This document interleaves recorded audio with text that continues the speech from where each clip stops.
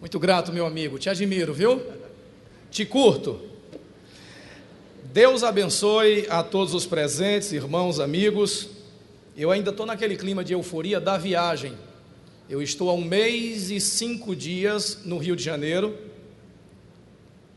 Eu sou pastor-presidente de um ministério chamado Batista Vale de Bênção. Temos igrejas em vários estados do Brasil. A sede é Fortaleza, onde chegamos ao número de 32 igrejas em Fortaleza. Fui pastor durante 7 anos nos Estados Unidos, onde também temos igreja estabelecida. E retornando dos Estados Unidos, estamos há 6 anos em Brasília, onde temos atualmente 10 igrejas no Distrito Federal. E de Brasília, sentimos uma direção muito forte de Deus para estarmos um tempo no Rio, um período de tempo no Rio de Janeiro. Pelos meus cálculos, pelos cálculos da minha esposa, seria apenas até o mês de dezembro, Deus o sabe. Já demos início a uma obra na Barra da Tijuca, e eu já estou aqui acompanhado hoje à noite do que eu chamo a nossa tropa de choque, que são irmãos, amigos, companheiros, cooperadores, gente que estão estendendo as mãos e nos abençoando neste início de caminhada. Já foi apresentado que eu estou acompanhado da minha esposa, pastora Damares. Pastora Rosane, eu já falei para a Cristina Mel, falei para a Mara Maravilha, quando for na nossa igreja. É a melhor cantora evangélica do mundo. Nos aniversários do pastor Luiz Bezerra da Costa, ela cresceu cantando ainda no colo do pastor Luiz Costa. Então, ele dizia, cante aquele hino para a pastora Damares. Acompanhando está a Débora, minha filha, e meu filho Jonatas. Pastor Donato é meu amigo, que está com a sua esposa, aqui hoje também, irmã Viviane, e mais esse grupo de irmãos e amigos que estão conosco, e a viagem foi assim, corrida. Vi da Barra para cá, foi uma barra, porque vieram vários carros. O pessoal está orando por mim no Brasil todo e diz assim, pastor Dax, o senhor está onde? Eu estou na Barra da Tijuca. E depois, pastor, segura a barra. Me falaram muito de bala perdida antes de eu vir para o Rio de Janeiro. Eu digo, eu não estou nem aí, isso é coisa que entra no ouvido e sai no outro, estou nem ligando. Mas bala perdida diz que é assim mesmo, entra no ouvido e sai no outro. Agora, eu não estou, honestamente, eu não estou nem um pouco preocupado com bala perdida, porque o meu objetivo são almas perdidas. Este é o nosso.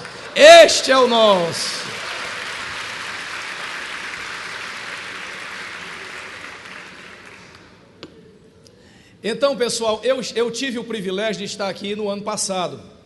Eu quero agradecer ao amigo, companheiro, esse grande líder, reconhecido internacionalmente. Eu acho que muito já foi dito. Doutor Custódio, pastor Custódio, eu agradeço a Deus as graças de ter caído no coração dele e no coração de vocês, da família toda. Eu sou muito grato aos pastores, colegas, companheiros, e a esta igreja por estar nos brindando com a oportunidade de estarmos aqui a segunda vez. Bom, o meu presente para o senhor é esse livro, Sonhos, Acredite Neles. O senhor é um sonhador, mas nesse livro eu falo que não basta a pessoa ser só um sonhador, tem que ser um sonhador realizador, porque sonho é diferente de utopia. E neste livro eu falo dos grandes sonhadores da história e da Bíblia, e tem uma página aqui, que é a página de número 56, o senhor está sendo citado neste livro. Agora o senhor só vai descobrir o que é que eu falei depois que ler. Eu não vou entregar o ouro agora, tem que ler, porque senão não vou dizer. Não adianta insistir, entendeu?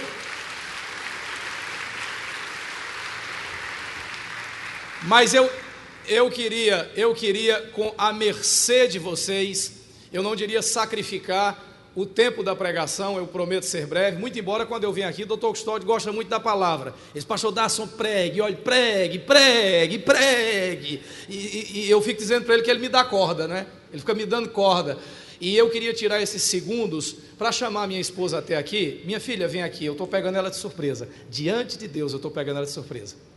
Eu queria que ela viesse aqui e cantasse um cântico dedicado ao nosso amigo doutor Custódio. Hoje eu não perco o privilégio de ouvi-la aqui, num som tão bom como esse.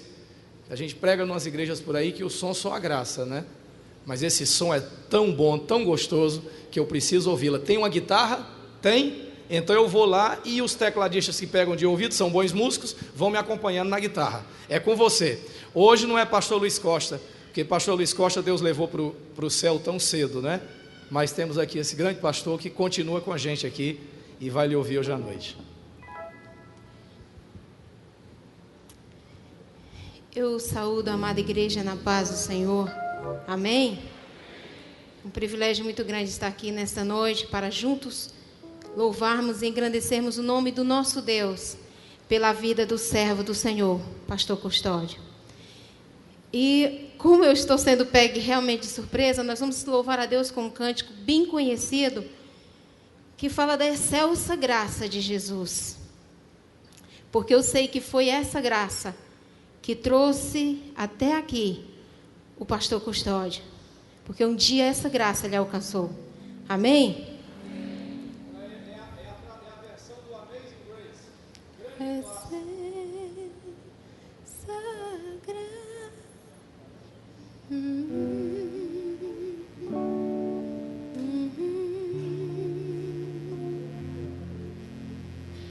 Pode subir, tá baixo. Glória a Jesus. Vamos preparar os corações.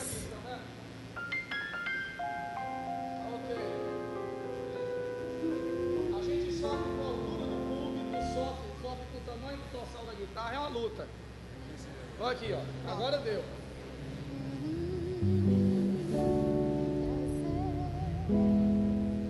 Tá baixo.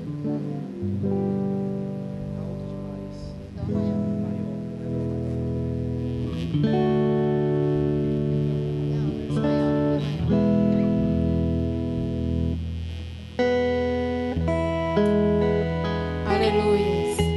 Obrigada, Senhor, pela Tua graça que tem nos alcançado, que tem nos trazido até aqui, Senhor.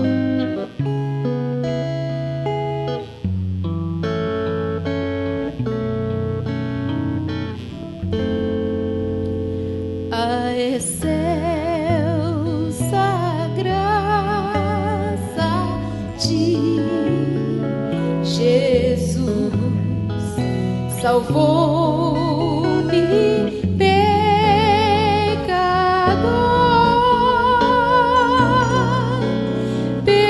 Perdido a vagar, eu vi sua luz, achou-me o Salvador.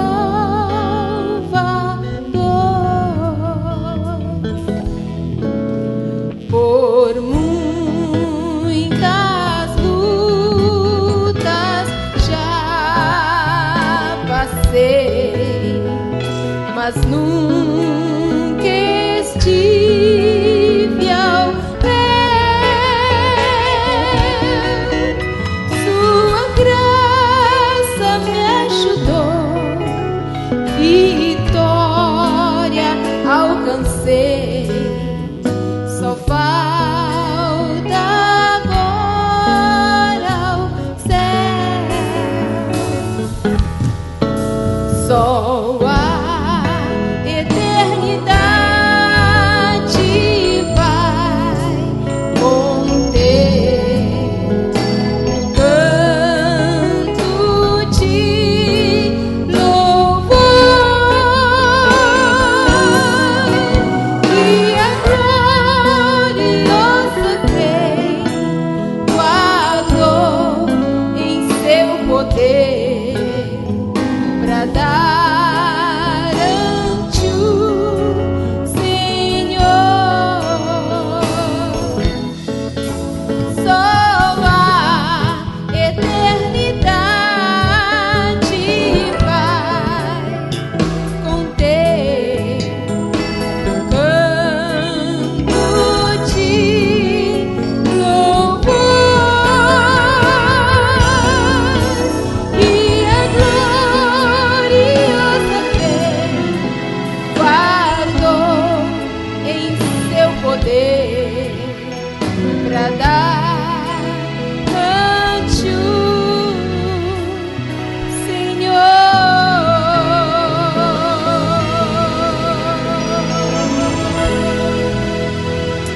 Aleluia. Glória a Jesus. Deus abençoe.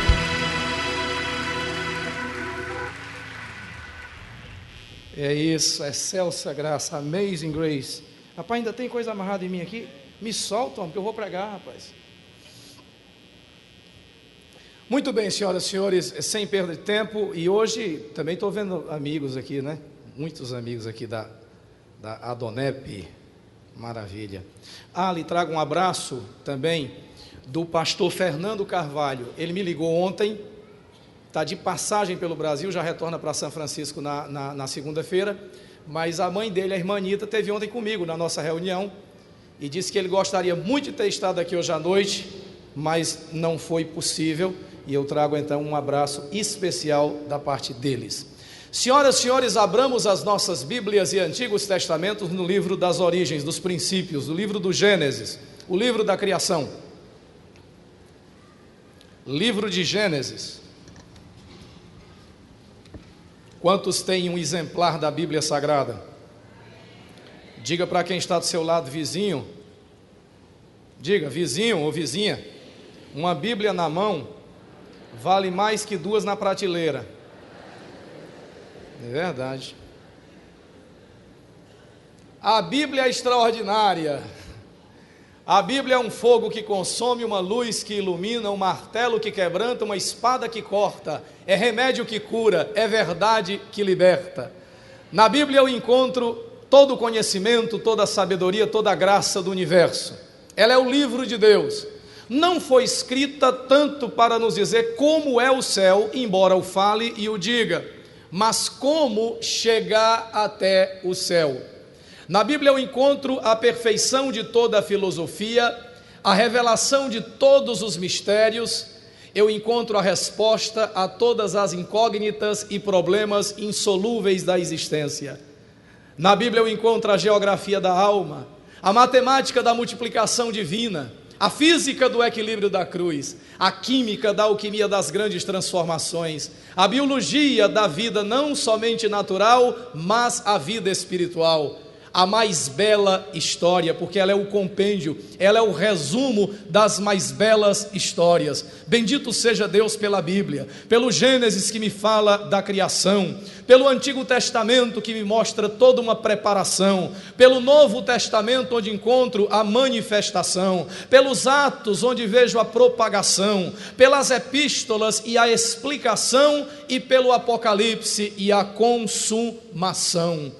Glória a Deus pela Bíblia, pela Escritura Sagrada. Vamos então neste momento ter o privilégio de ler alguns versículos das Sagradas Letras. Gênesis capítulo de número 21, nós vamos ler alguns versos do 27 ao 34. 27 ao 34.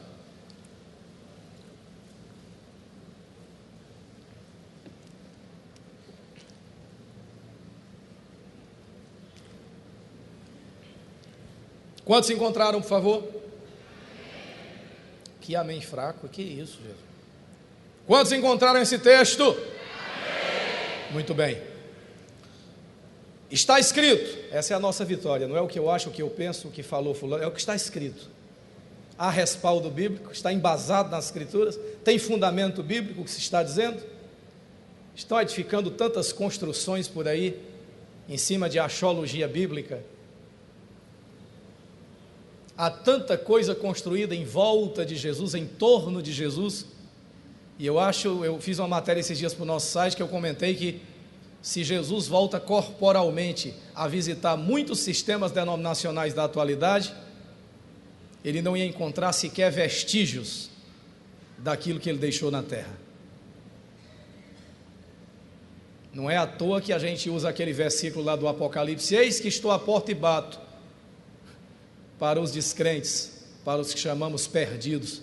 Mas não esqueça que aquilo ali é Jesus do lado de fora de uma igreja, batendo e pedindo para entrar. De alguma forma ele já foi expulso dali. Então eu louvo a Deus.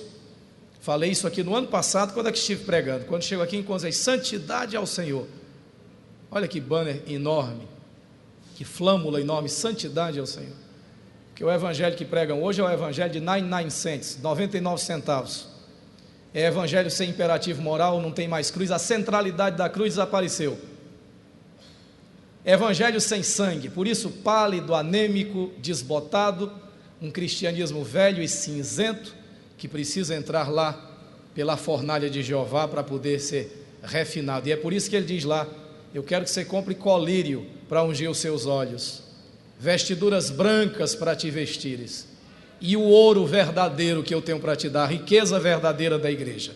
Então, graças a Deus por ainda termos baluartes, ainda termos homens e mulheres que têm mantido a disciplina e a sã doutrina, a verdadeira mensagem do Evangelho. Gênesis 21, 27 em diante está escrito: tomou Abraão ovelhas e bois e deu-os a Abimeleque, e fizeram ambos uma aliança. Pôs Abraão à parte 7 cordeiros do rebanho. Perguntou Abimeleque a Abraão: que significam as 7 cordeiras que puseste à parte?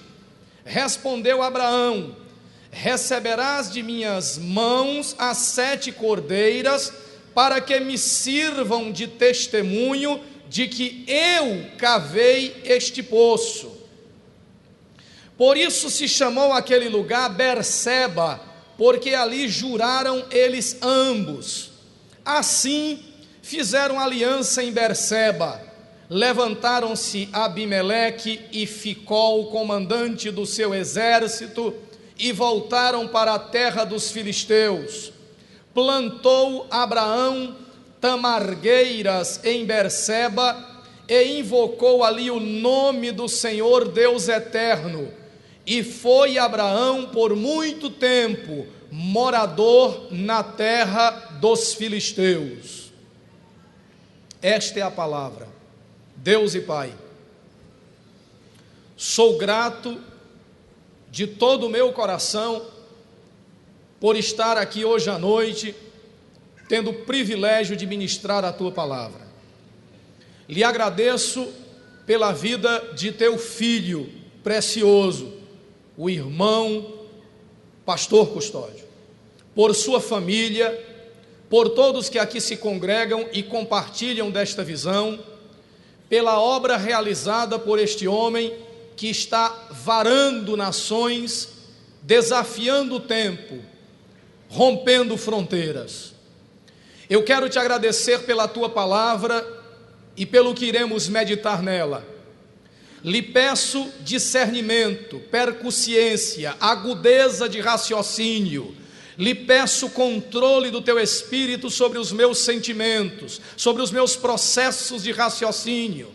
Lhe peço unção para a minha boca a falar a tua palavra, mas não somente para os meus lábios, para os ouvidos que a ouvirão, porque se eu preciso de unção para pregar, muitos estão precisando de unção para ouvir o que o Senhor vai falar.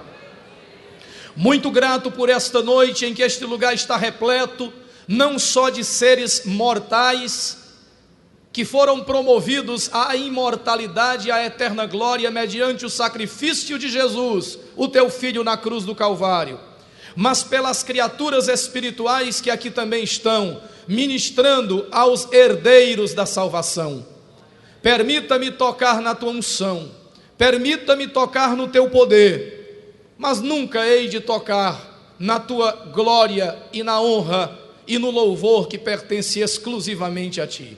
Nos inclinamos reverentemente diante da tua glória e da tua majestade, e eu lhe peço que essa palavra seja cheia de sentido, de graça, de unção, para que os corações sejam abençoados e o teu nome seja promovido e glorificado, no nome de Jesus Cristo, amém. Senhoras e senhores, questões relacionadas ao tempo sempre intrigou homens e mulheres. E se nós formos falar da eternidade, teremos de mergulhar em águas mais profundas ainda. Porque se o tempo é um mistério, se o tempo é um elemento indecifrável, imponderável, incalculável, imagine quando tratamos da eternidade.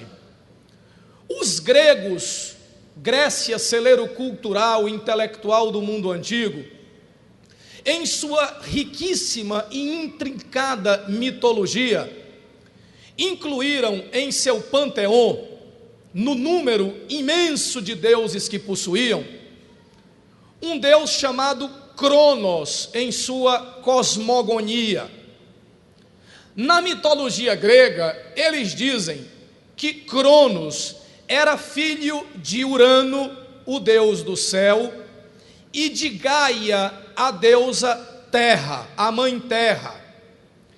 E que Cronos, ajudado pelos seus irmãos, os titãs, castrou o seu pai, Urano, e dividiu Urano e Gaia, dividiu o céu e a terra.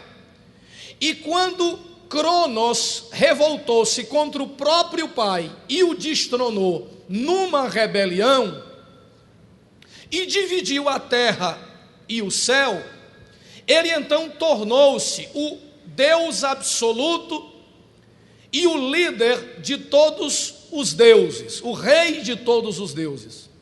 Mas o reinado de Cronos, que derrubou o pai, vivia constantemente ameaçado, porque havia uma profecia que Cronos conhecia, de que assim como ele destronou seu pai Urano e dividiu Urano e Gaia, terra e céu, castrou o seu pai, um dia um de seus filhos o destronaria. Um dia um de seus filhos também, numa subversão, o derrubaria do trono. Cronos, preocupado e constantemente debaixo de um sentimento de pressão e de dúvida e de incerteza, fazia o seguinte: cada filho seu que nascia, ele devorava, ele comia os seus filhos, com medo de que a profecia pudesse se cumprir e um daqueles filhos o destronasse, tomasse o seu lugar. E Cronos, então, nesse canibalismo, devorando filhos, acabou tendo uma surpresa quando Reia, sua mulher, teve um filho muito especial chamado Zeus, e ela disse: eu vou esconder esse menino, Zeus, para que Cronos não o devore como ele está comendo os meus outros filhos. Reia então conseguiu salvar Zeus, e quando Zeus chegou à existência, à maturidade, ele arrebatou a vitória da mão de Cronos, ele derribou o seu próprio pai, cumprindo uma profecia, e abriu a cabeça do deus Cronos, e de dentro da cabeça do Deus, ele arrancou todos os outros deuses que haviam sido engolidos por ele, comidos por ele, devorados por ele. E assim Zeus se transformou num super-herói no meio de todos os deuses, e Zeus conseguiu ascender à condição absoluta do grande Deus de todos os deuses, segundo a mitologia grega, o Zeus dos gregos, o Júpiter dos romanos. Ora, senhoras e senhores, se Zeus conseguiu matar Cronos, que até hoje em dia usamos do grego a linguagem cronologia, como medida, como forma de estabelecer parâmetros e definir tempos e eras e gerações, se Cronos era o Deus que tinha o poder do tempo e engolia seus filhos e foi morto por Zeus, Zeus então conquista uma coisa que não só homens, mas os próprios deuses aspiravam, porque até aquela época os deuses também eram devorados pelo tempo. E aí, meus queridos irmãos, Zeus conseguiu o título de Deus maior, porque ele trouxe à luz a imortalidade, porque ele matou o pai que era o Deus do tempo. Filosoficamente, isso é lindo, embora como mitologia seja uma bobalheira, uma bobagem, uma fábula, uma tolice. Mas, irmãos, a aplicação filosófica é bonita. Por quê? Porque nós entendemos que Cronos, o tempo, é o Deus que devora seus filhos. O tempo é o Deus que devora os seus filhos. E uma das coisas maravilhosas que encontro na Escritura Sagrada e que me levam a glorificar a Deus, é que o Deus da Bíblia não é um Deus que está sujeito a um fado. O Deus da Bíblia não é como os deuses da mitologia greco-romana, que eles próprios estavam sujeitos ao destino. Deuses antropomórficos, deuses que tinham inveja, que tinham ira, que se chateavam, que se magoavam. E muitas vezes, quando você lê a mitologia da grega, você vê os deuses debruçados, olhando para a terra, a sorte, a desdita, a desventura dos mortais, e eles nada podem fazer. São deuses que também estão sujeitos a leis e que não podem intervir, porque eles mesmos estavam debaixo de leis. O Deus da Bíblia não. O Deus da Bíblia não está sujeito a um destino. O Deus da Bíblia não é o Alá dos muçulmanos, que eles cruzam os braços e dizem: se Alá quiser, diferente será. Esse é o Deus do fatalismo, é o Deus do inexorável, é o Deus do matematicamente traçado e que não muda sorte nem destino. O Deus da Bíblia não é o Deus do hinduísmo, que diz para aquele povo: fique na sua casta, porque o seu destino é sofrer e você nasceu para viver aí como um pária. O Deus da Bíblia não é o Deus, e com todo respeito aos espíritas, não é o Deus que diz assim: você vai ter que sofrer até você pagar o seu karma, até pagar o último centavo, resgatar suas dívidas contraídas em encarnações pretéritas. O Deus da Bíblia não é o Deus da resignação, não é o Deus que diz: eu não posso fazer, eu queria lhe ajudar, mas eu não posso. O Deus da Bíblia não é Cronos, não é Zeus. O Deus da Bíblia é um Deus atemporal, é um Deus transcendente, é um Deus que está acima de circunstâncias, é um Deus que não está sujeito à lógica, é um Deus que abre mar, é um Deus que transforma água em vinho, é um Deus que caminha em cima das águas, é um Deus que ressuscita mortos, é um Deus que tem poder para contrariar todas as coisas. E senhoras e senhores, vou lhe dizer uma coisa, quando eu leio essa história de Cronos, e que eu leio Isaías capítulo 9, verso 6, o profeta diz, e a profecia está no tempo presente, é lindo, né? Profecia é assim, quando você tem profecia ou promessa de Deus, pode contar como hoje, não é para amanhã não.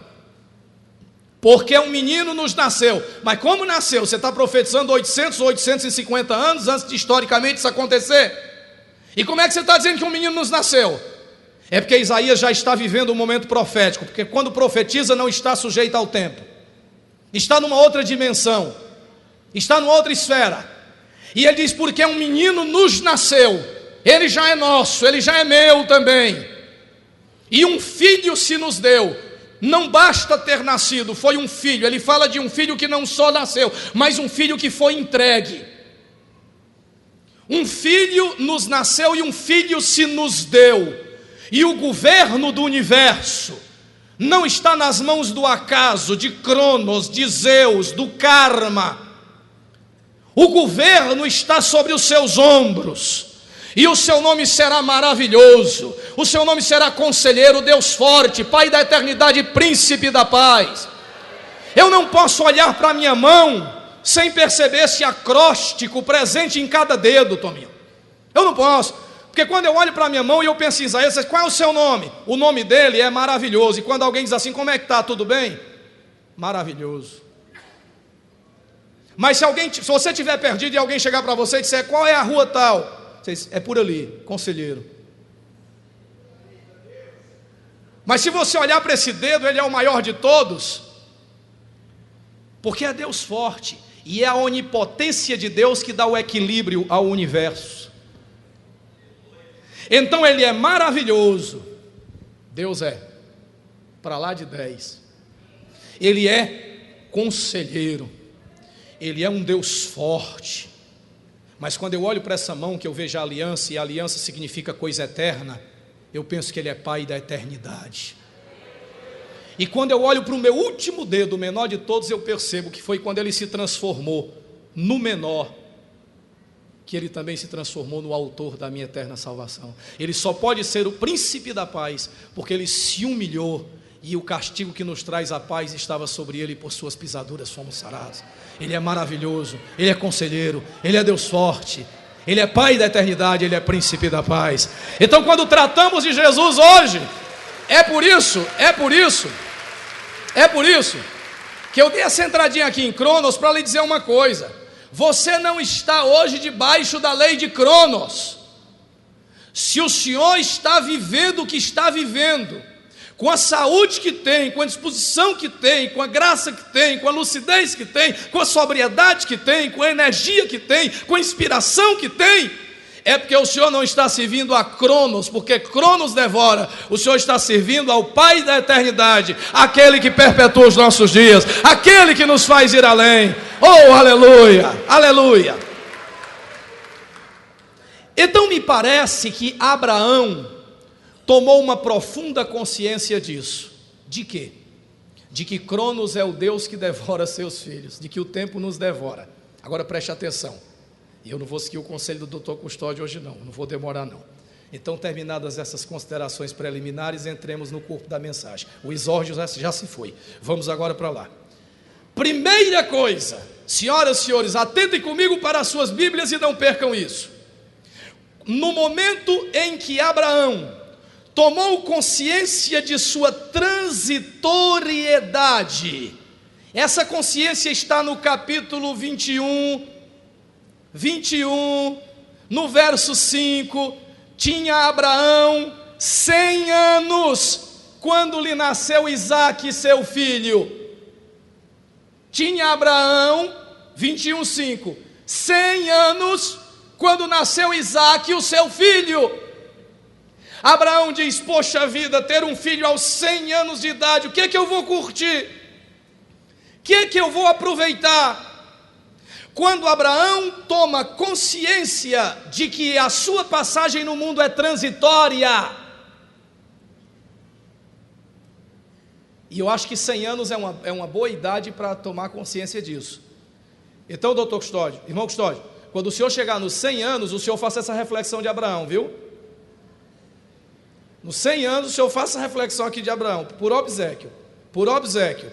Quando Abraão tomou consciência de que somos transitórios, ele disse: eu preciso me agarrar a alguma coisa que me dê um sentido maior que o tempo.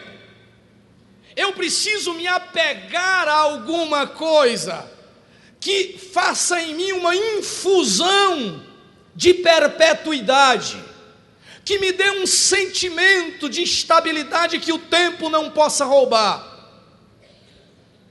E aí, diz a Bíblia que Abraão fez a primeira coisa, no capítulo 21, verso 32. Lê comigo. Primeira coisa que Abraão fez para tentar se perpetuar. Já leram aquela história que se diz, aquele axioma proverbial, que diz que uma pessoa, ao passar pelo mundo, tem que ter um filho, pelo menos, ou plantar uma árvore, ou escrever um livro. Ok? Abraão diz: eu preciso fazer alguma coisa que marque a minha passagem pelo mundo e que me dê um sentimento de longevidade, de que a minha vida não está se esvaecendo, de que o vento não está soprando na ampulheta do tempo, dissipando a minha existência. E aí no verso 32, Abraão resolveu uma coisa. Olha o que está escrito: assim fizeram aliança assim fizeram aliança. Está escrito na sua Bíblia? Vocês estão de Bíblia, estão conferindo? Está escrito aí? Diga: Abraão resolveu fazer uma aliança. Mas, senhoras e senhores, alianças também passam, alianças também caducam, alianças também envelhecem.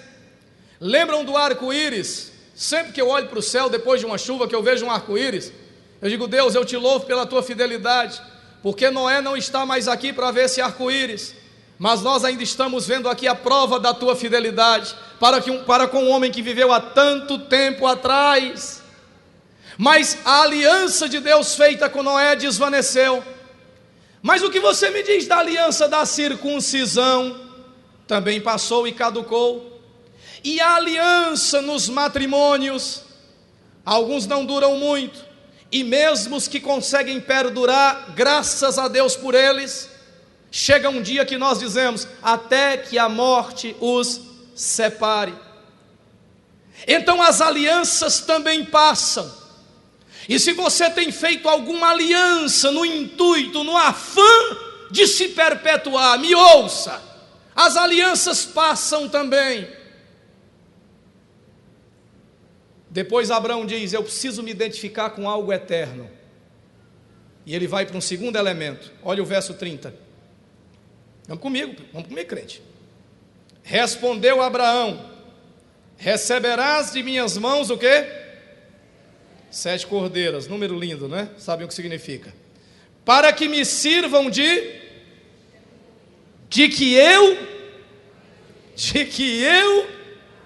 cavei este poço. Abraão diz: bom, eu já fiz uma aliança, mas alianças passam.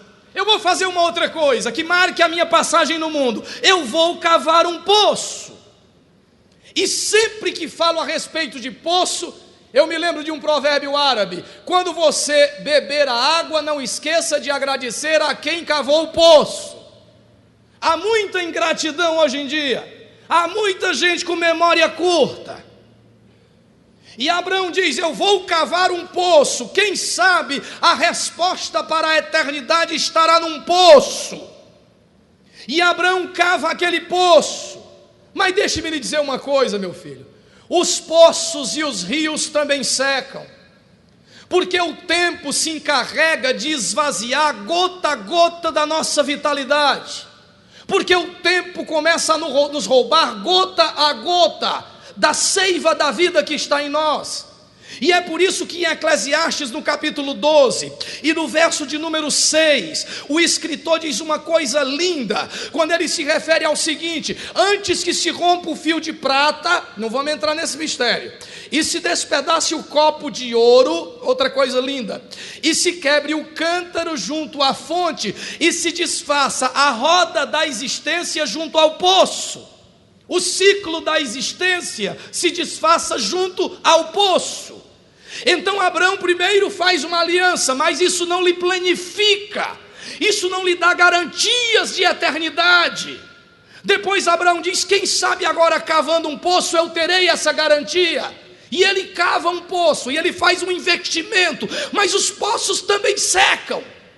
Abraão parte para uma terceira coisa que muitos durante a história fizeram. Vamos ler o verso de número 32. Vamos lá? Vamos. Assim fizeram aliança em Berseba. Levantaram-se Abimeleque e Ficol. Ficol era o quê?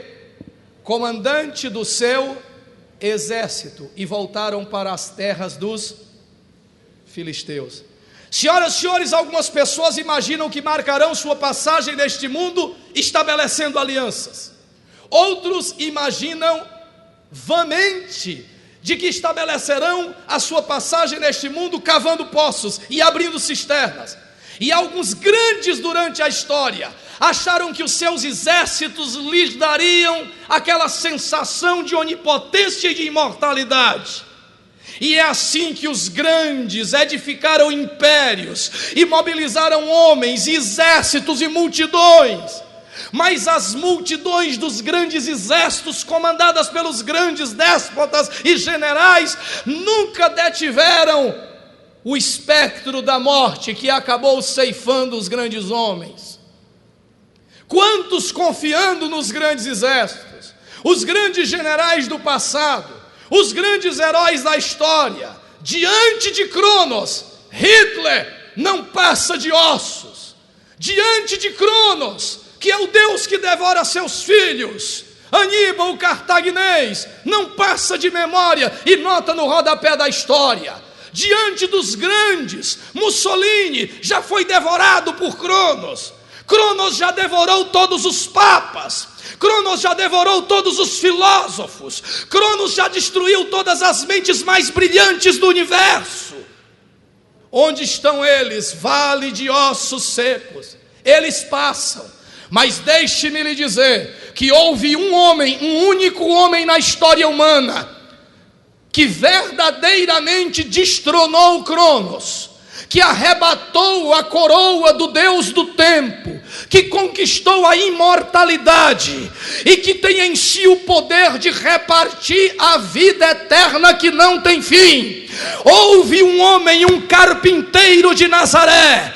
Ele não tinha armas, ele não tinha universidades, mas ele levantou-se diante do Deus do tempo, e ele foi colocado numa sepultura, mas ressuscitou ao terceiro dia, com toda a autoridade nos céus e na terra.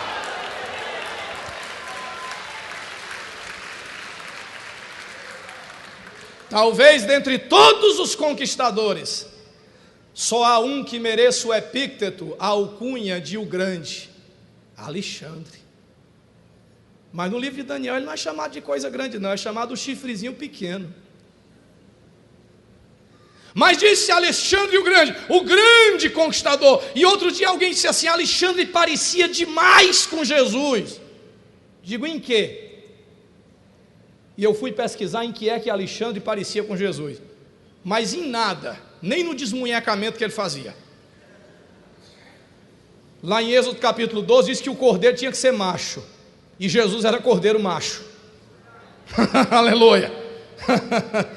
Os grandes generais passaram. Quer ver a diferença? Alexandre, filho de um imperador, Jesus, filho de um carpinteiro. Alexandre nasceu num palácio, Jesus numa estrebaria. Alexandre nasceu em berço de ouro, Jesus nasceu numa manjedoura.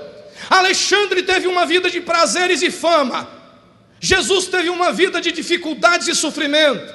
Alexandre matou milhões para implantar o seu reino e conquistar os seus territórios. Jesus morreu para salvar milhões e milhões e implantar o seu reino. Alexandre morreu em Babilônia, cercado de pompa e de glória. Jesus morreu em Jerusalém, fora das portas da cidade, numa cruz infamante. Alexandre morreu venerado, Jesus morreu zombado e escarnecido. Alexandre perdeu a batalha para a morte e foi colocado numa sepultura. Mas Jesus de Nazaré, o Filho do Deus vivo, venceu a batalha que nenhum mortal jamais venceu. Ele derrotou o exército da morte, destronou a Satanás e conquistou-nos a vida e a imortalidade. Se você me disser que Alexandre conquistou todos os reinos, eu vou lhe dizer: Alexandre conquistou reinos, Jesus conquistou reinos e túmulos. E reis não conquistam túmulos, e reis tombam diante da morte.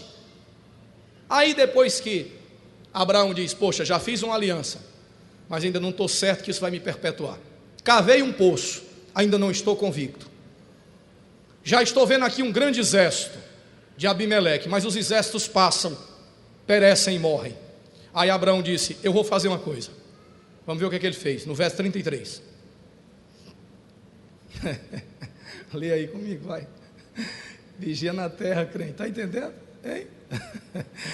O que é que está escrito no verso 33? Olha aí, ó. Plantou. Oi? Plantou Abraão uma tamargueiras. Tem outra tradução que diz que ele plantou o quê? Um bosque. Lindo. Tamargueiras. Então vamos juntar duas traduções. Ele plantou um bosque de tamargueiras. Legal, junta as duas traduções. Ele plantou um bosque de tamargueiras. Tá certo? Abraão diz: já fiz uma aliança, ainda não me sinto vencedor. Já cavei um poço, já vi grandes exércitos. Agora sabe o que é que eu vou fazer? Eu vou seguir o conselho de todo mundo. Eu vou plantar um bosque. Agora deixa-me lhe dizer uma coisa: por mais duradouras que sejam as árvores, elas também envelhecem. Quando estive pregando na cidade do Rio Branco, me foram mostrar a velha gameleira. Um dia pregando no jardim do Getsemane, com uma caravana que nós levamos, vieram aqueles guias com aquela história bonita, né, para turista. Essas árvores que estão aqui viram todo o sofrimento de Jesus, suando gotas de sangue e tal. Igual, esse aqui é irmão desse, primo desse daqui. As árvores, por centenárias que sejam, também caem suas folhas, envelhecem seus troncos. E Abraão planta um bosque e diz: mas esse bosque um dia vai morrer. E aí eu lhes pergunto, senhoras e senhores, aonde encontraremos o sentido da transcendência e da eternidade que clama dentro de nós como um instinto que não quer se calar?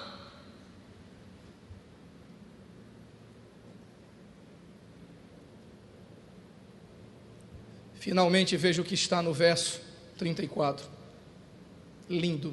Olha o verso 34. Olha o verso 34 comigo. Estou na reta final da mensagem. E foi Abraão, o que é que está escrito? E foi Abraão. Foi Abraão por quê? Por milênios? Pela eternidade toda? Não. Diz que Abraão foi por muito tempo morador na terra dos filisteus. Abraão foi por muito tempo. Finalmente, irmãos e irmãs, apesar de ter feito alianças, cavado poço, visto exércitos, plantado árvores, está escrito que Abraão peregrinou por muito tempo. Veja, tempo, palavra tempo, cronos. E se você não correr para os braços de Kairós, que é o tempo de Deus, cronos te destrói. Corra para Kairós, e cronos não te tocará. Não importa, senhoras e senhores, quanto tempo vamos peregrinar na terra, todos nós estamos presos pelas algemas do tempo. Cronos devora seus filhos. Há um tempo atrás, eu fiquei comovido com uma coisa. Passou uma matéria na televisão sobre Leônidas da Silva. A turma nova dos Ronaldinhos não sabem muito a respeito disso. O Leônidas da Silva, o diamante negro. E a televisão foi lá, Viso, entrevistar o Leônidas num asilo. E ele estava velhinho, aquele homem que praticamente inventou o gol de bicicleta, o folha seca, um mestre do futebol. Ele estava mal podendo segurar uma bola na sua mão, tremendo. Eu me lembro quando Frank Sinatra saiu dos palcos e disse: não posso mais cantar. Recentemente Pavarotti disse: tentei um dó maior de peito e desafinei, não canto mais, a idade me pegou. Frank Sinatra nos seus últimos tempos não lembrava letras. E já viu Mohamed Ali? O homem que no ringue bailava como uma borboleta e picava como uma vespa. Mohamed Ali, acometido do mal de Parkinson, tremendo, sendo devorado em vida pelas vicissitudes da existência. Mohamed Ali, nocauteado pelo tempo. Lady Diana, com sua beleza e formosura, devorada pela mortalidade e pela contingência.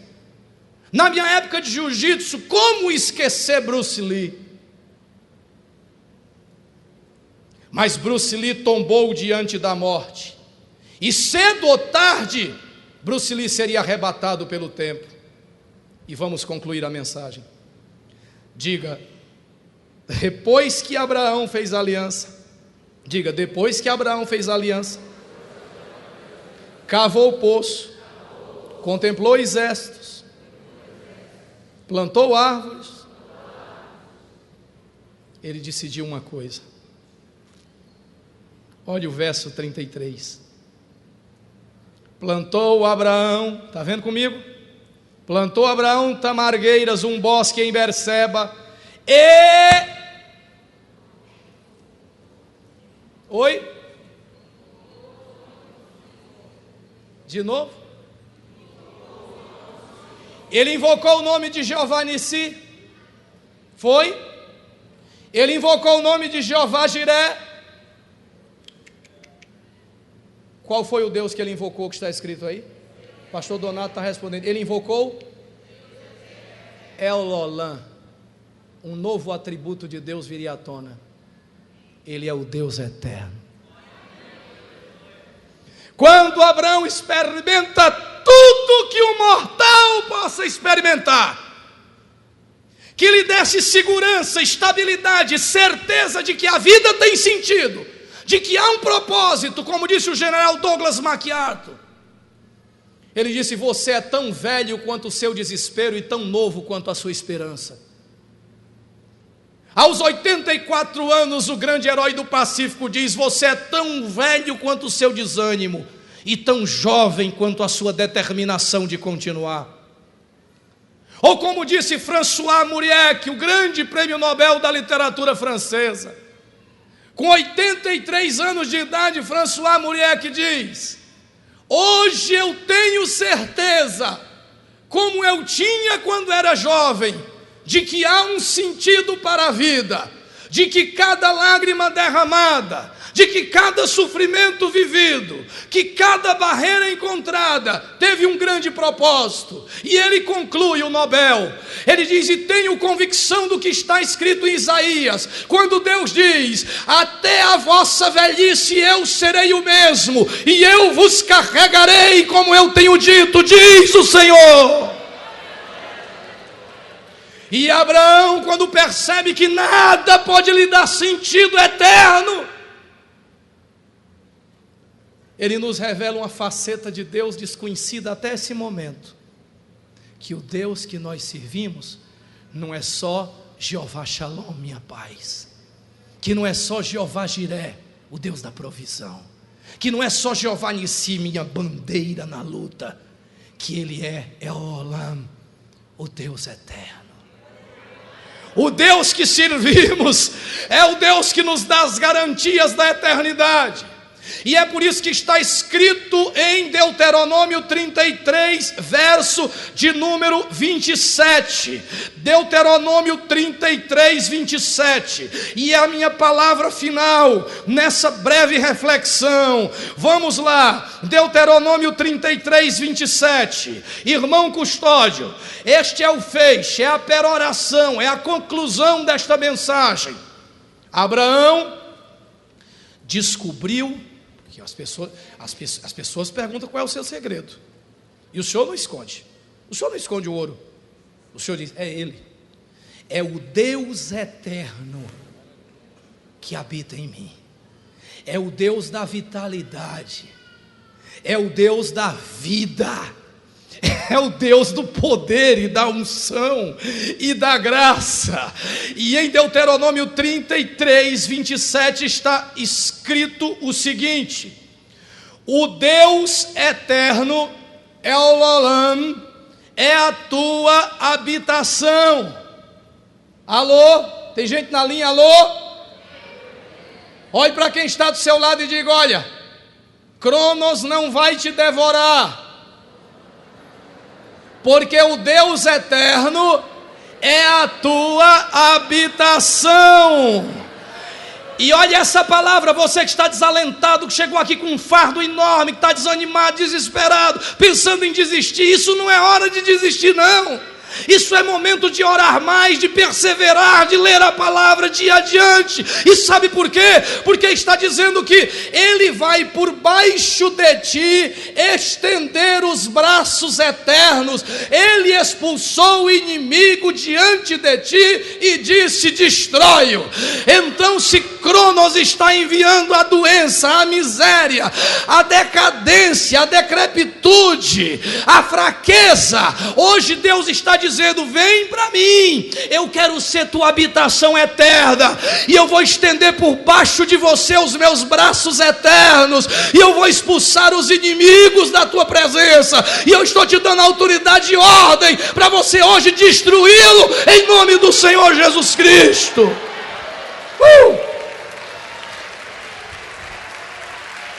Aleluia.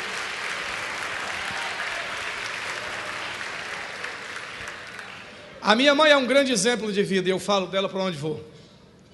Meu pai também, só que meu pai é aquele tipo muito sério. Minha mãe é brincalhona, tem 83 anos de idade. 83 anos de idade. Sempre está bem. Todo dia ela tem uma igreja para ir, para visitar. Minha irmã diz: olha, a senhora controla minha agenda. A mente dela é sensacional. Você fala com ela por telefone, você está falando com uma mulher de 30, 40, a cabeça é extraordinária. As perninhas não estão muito boas. Quando não dá para ir caminhando, ela pega a muleta. Se não der com muleta, ela diz: me senta numa cadeira aqui e me leva. Mas eu tenho para o culto. Mamãe está sempre feliz. Bem, chega um dia em casa, a mamãe está quietinha num canto, assim bem sorumbática, bem casmurra. Aí eu cheguei para ela: que é isso aí, minha gatinha? Chama ela minha gatinha. Que é que você tem? Eu nunca lhe vejo desse jeito. Meu filho, eu estou preocupada. Com o que, mamãe? O que é que vai ser de mim quando eu ficar velha?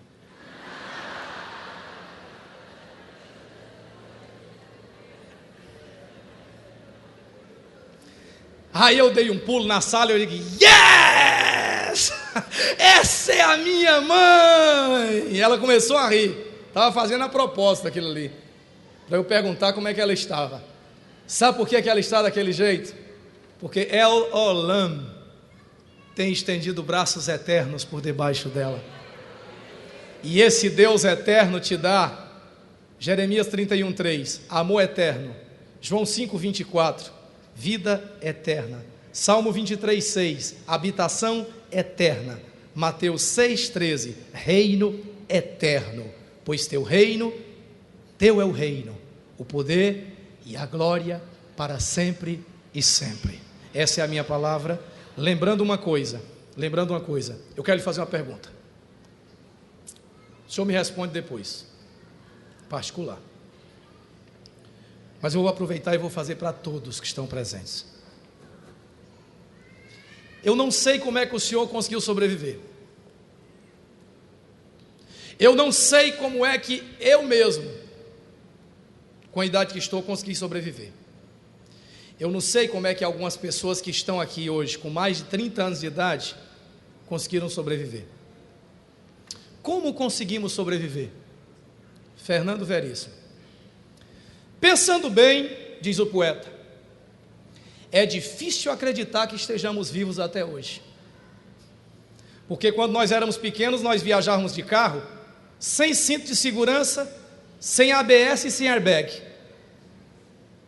Os vidros de remédio ou as garrafas de refrigerantes não tinham nenhum tipo de tampinha especial nem data de validade. E tinham aquelas bolinhas de gude que vinham embaladas num papel sem instrução de uso. A gente bebia água da chuva, da torneira, e nem conhecia água engarrafada. Que horror, doutor Custódio. Nós andávamos de bicicleta sem nenhum capacete nem proteção. Passávamos as nossas tardes soltando pipas ou brincando de carrinho de rolimã. A gente se jogava nas ladeiras e esquecia que não tinha freios, até a gente encontrar um poste ou dar com uma cara na árvore.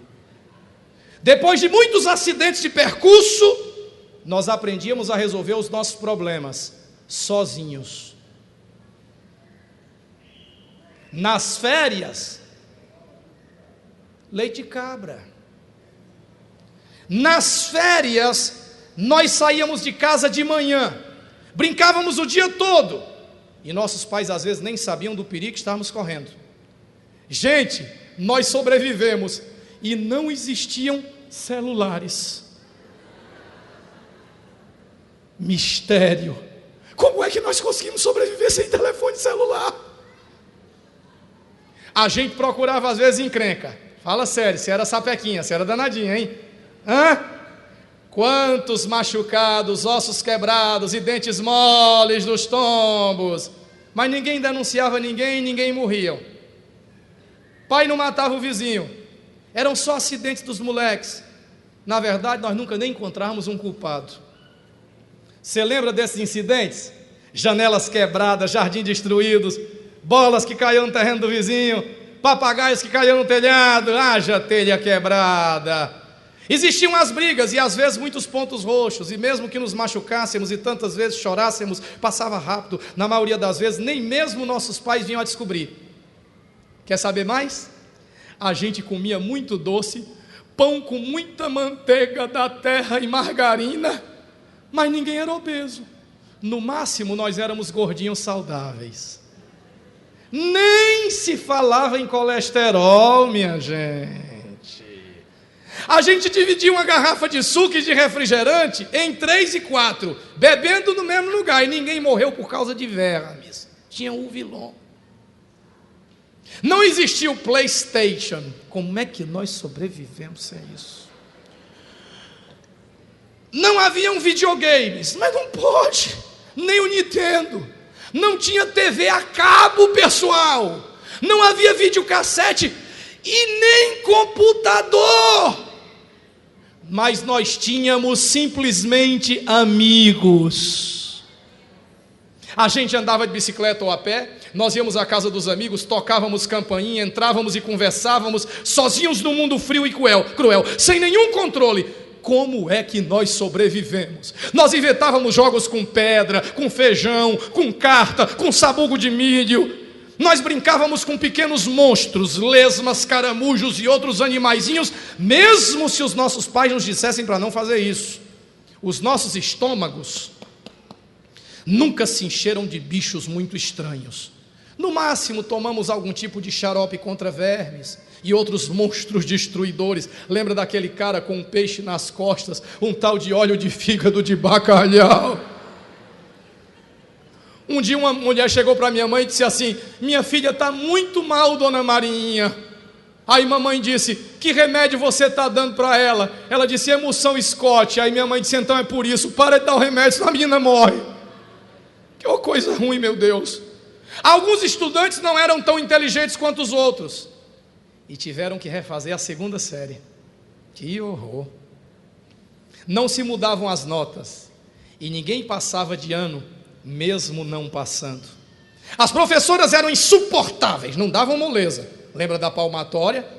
Os maiores problemas na escola eram chegar atrasado, mastigar chicletes na classe, ou andar bilhetinhos falando mal da professora, correr demais na hora do recreio, ou matar a aula para ficar jogando bola no campinho. Não havia nada para cheirar. As nossas iniciativas eram nossas, mas as consequências também eram nossas. Ninguém se escondia atrás do outro. Os nossos pais eram sempre do lado da lei, quando nós transgredíamos as regras. Se nos comportávamos mal, nossos pais nos colocavam de castigo e, incrivelmente, nenhum deles foi preso por isso. Sabíamos que quando os nossos pais diziam não, era não mesmo. A gente ganhava brinquedos no Natal, às vezes no aniversário, não todas as vezes que ia ao supermercado. Nossos pais nos davam presentes quando podiam por amor e não por culpa ou neurose. Por incrível que pareça, nossas vidas não se arruinaram. Vocês são gente boa. Nossa vida não foi destruída e nem nos desviamos do certo porque não ganhamos tudo o que gostaríamos ou queríamos. Nossa geração produziu muitos inventores, artistas, amantes do risco e ótimos solucionadores de problemas. Nos últimos 50 anos houve uma desmedida explosão de inovações e de tendências, e não de verdadeira criação. Nós tínhamos liberdade, sucesso, algumas vezes problemas e desilusões, mas tínhamos muita responsabilidade. E não é que nós aprendemos a resolver tudo e sozinhos? E se você é um desses sobreviventes, parabéns, o senhor é um exemplo e curtiu os melhores anos da sua vida.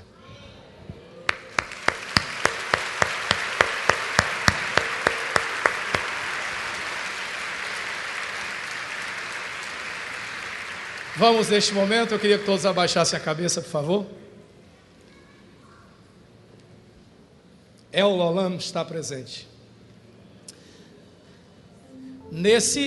Nesses poucos dias que estou aqui no Rio, eu estou impressionado com a sensibilidade das pessoas. Eu tenho feito apelos e multidões têm vindo. Você veio aqui hoje à noite convidado para um aniversário. E hoje vai ser também seu aniversário, porque você vai nascer de novo hoje. Seu nome vai ser escrito num livro lá no cartório do céu, chamado Livro da Vida. É um novo nome. Você que veio aqui convidada por alguém, convidado por um amigo. Poxa, pastor, eu queria que minha mãe e meu amigo estivessem aqui para ouvir o que eu ouvi. Pastor, eu estou precisando de que esse Deus eterno coloque os seus braços eternos e me sustente. Estou cheio de inimigos, cercado. Dentro e fora de mim eu estou cheio de inimigos, alguns me matando por dentro. Invoque El Olam. Você tem cavado poços, cisternas rotas que não retêm água. Você tem plantado árvores. Você tem feito alianças. Hoje o que você precisa é, como Abraão fez aos 100 anos, faça na sua idade. Talvez você tenha 15, ou 20, ou 30, ou 50, ou 60, ou 70, 80, ou 90, não sei. Mas eu quero que você que está nos visitando, que neste momento quer dizer: eu reconheço que sou pecador e que Jesus Cristo é o Senhor e o Salvador, é o Deus eterno, é o meu ajudador. E eu quero entregar a Ele meus projetos, meus sonhos, meus planos e os meus ideais. Eu vou pedir a você, amiga, amigo visitante, eu quero orar por você agora. Esse nó cego aí só Jesus pode desatar. Eu quero lhe pedir que você levante a mão direita onde estiver, visitante que não é evangélico. Eu quero orar por você, meu amigo. Não interessa a sua religião, já estou vendo as mãos se levantando. Não interessa a sua religião hoje não. Interessa que você vai invocar El Olam, o Deus eterno. Faça como essas pessoas, comece a levantar a mão. Você está invocando o Deus eterno sobre a sua vida.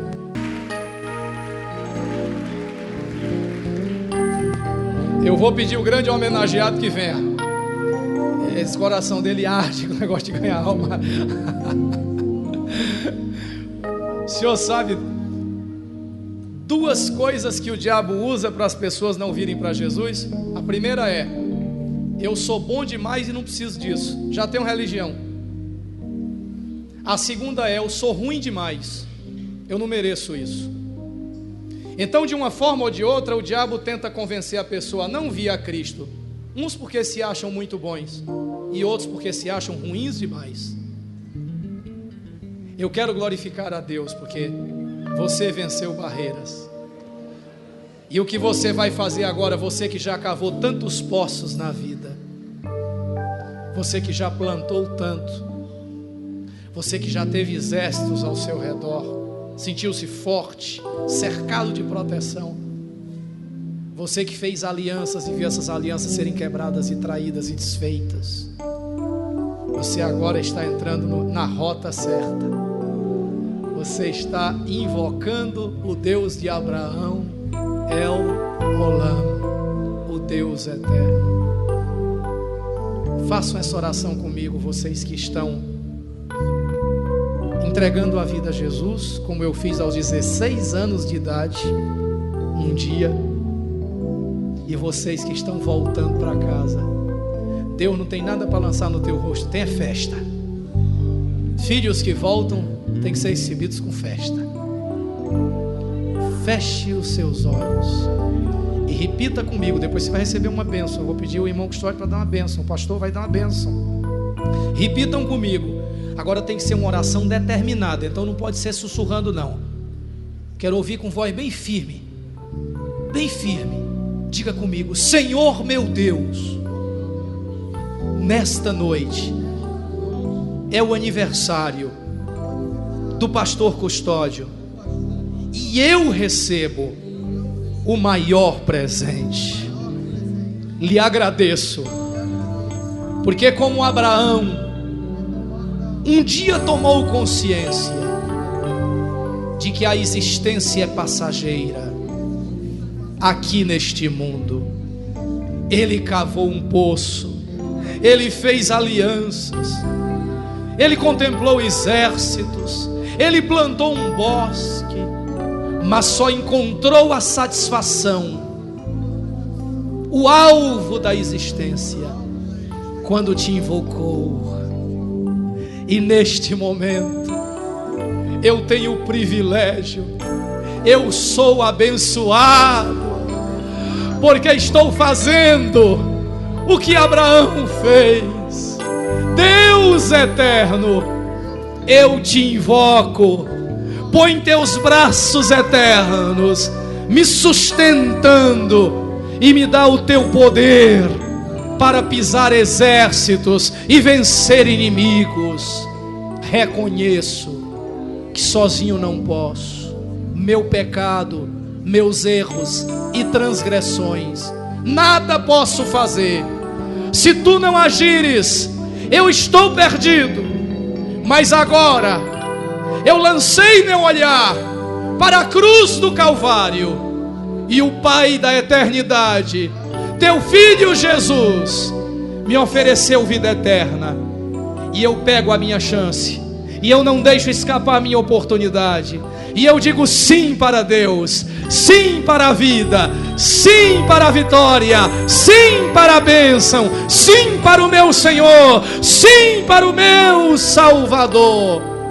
Eu te agradeço, porque a partir de hoje eu tenho outro aniversário para comemorar o meu novo nascimento, em o nome de Jesus Cristo. Amém. Amém.